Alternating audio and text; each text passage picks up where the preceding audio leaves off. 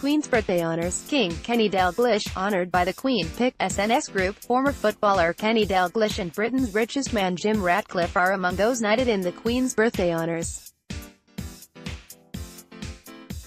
Scottish banker Douglas Flint is also knighted, as is Tim Waterstone, founder of the eponymous book chain, together with Professor James Hough, from Glasgow University, for his breakthrough work in the field of gravitational waves, and the historian and broadcaster Simon Schama. There is a damehood for the actress Emma Thompson, the Royal Mail's outgoing chief executive Moya Greene, Francis Saunders, an engineer who has championed diversity within the science and technology sector, and Eleanor Lawing, Conservative MP for Epping Forest. Paisley-born Miss Lawing is a former pupil of St Columba's School in Kilmacolm and a graduate of Edinburgh University. She was the first female president of the Edinburgh University Students' Association and worked as a solicitor in Edinburgh and London. She served as Shadow Scottish Secretary in 2005.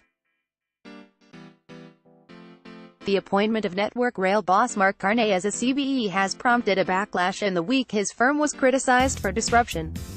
Transport Secretary Chris Grayling blamed chaos across two franchises on delays in Network Rail's work schedule.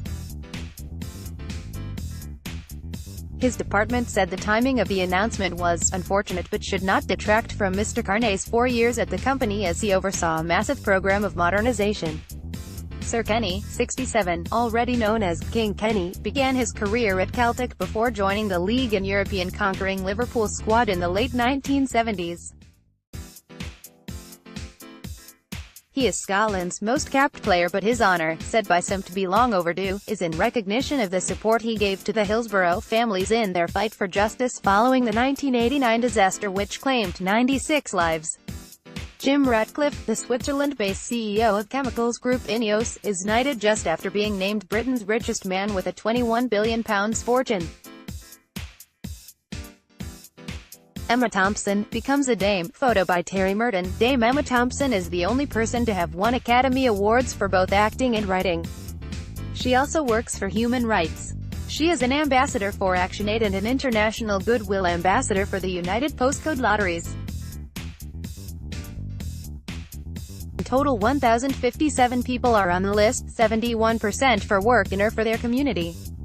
Women who are at the forefront of their professions or who have championed women's rights have been given honors in the 100th anniversary year of women's suffrage. Almost half the recipients are women, although they receive only 41% of the honors at CBE or above. Oil industry tycoon Sir Ian Wood, who was given a knighthood in 1994, adds to his honors by being made Chancellor of the Order of the Thistle. Sir Craig Reedy, President of the World Anti-Doping Agency, receives a Knight Grand Cross for services to sport. Sandy Begbie, Chief People Officer at Standard Life, is appointed at CBE for services to business and social inclusion.